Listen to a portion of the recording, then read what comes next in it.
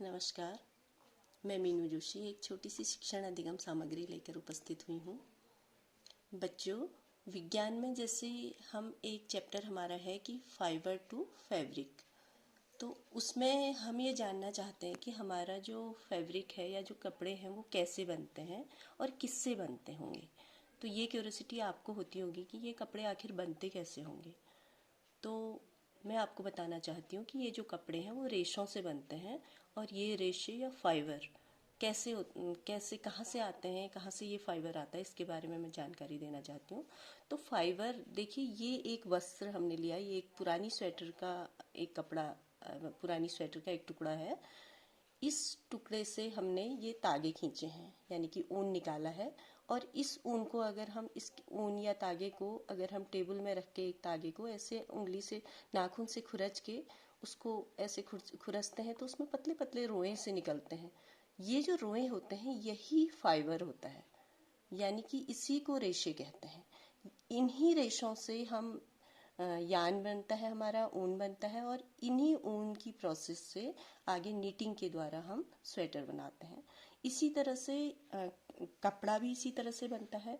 तो इसको दिखाने के लिए देखिए, मैंने आपके लिए ये बनाया है कि रेशे रेशे हम कैसे कैसे तैयार करते हैं। ये हमारा रेशा है, ये हमारा ऊन का रेशा है। देखिए, ऊन के रेशे इस तरह से बनते हैं, जो पतले पतले रेशे होते हैं उनके, और इन रेशों को मिला के हम ऊन या तागे बनाते हैं और इससे हमारी नीटिंग के द्वारा, वीविंग के द्वारा हम स्वेटर या वस्त्र तैयार करते हैं। इसी तरह से जो कॉटन, ये कॉटन फाइबर है, यानी कि ये सूती कपड़े का रेशा है। इस रेशे से तागे बने और इन तागों से प्रोसेस के द्वारा, प्रक्रिया के द्वारा वस्त्र तैयार हुए, सूती वस्त्र। तो ये सूती वस्त्र को बनने तक का जो सफ़र है ये तागे से शुरू होता है और वो तागे हमें रेशों से मिलते हैं। तो इसको बताने के लिए मैंने आपको, देखिए, इस तरह से मैं आपको बताऊंगी कि रेशे से तागे का सफ़र कैसे होता है। तंतु रेशे या फाइबर, उन्हें तंतु भी कह सकते हैं हम, रेशे भी कह सकते हैं, फाइबर भी कह सकते हैं। कोई वस्त्र पुराना ले लें, उसको छूकर जब हम देखें, दाने, उभरे दाने से लगते हैं, पतले तागे भी दिखते हैं।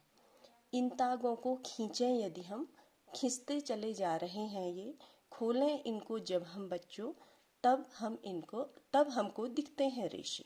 तो ये रेशे से दिखाई देते हैं, ऐसे ही हमको ये रेशे मिलते हैं। तो बच्चों, रेशा किसी पदार्थ के पतले तंतु को कहते हैं।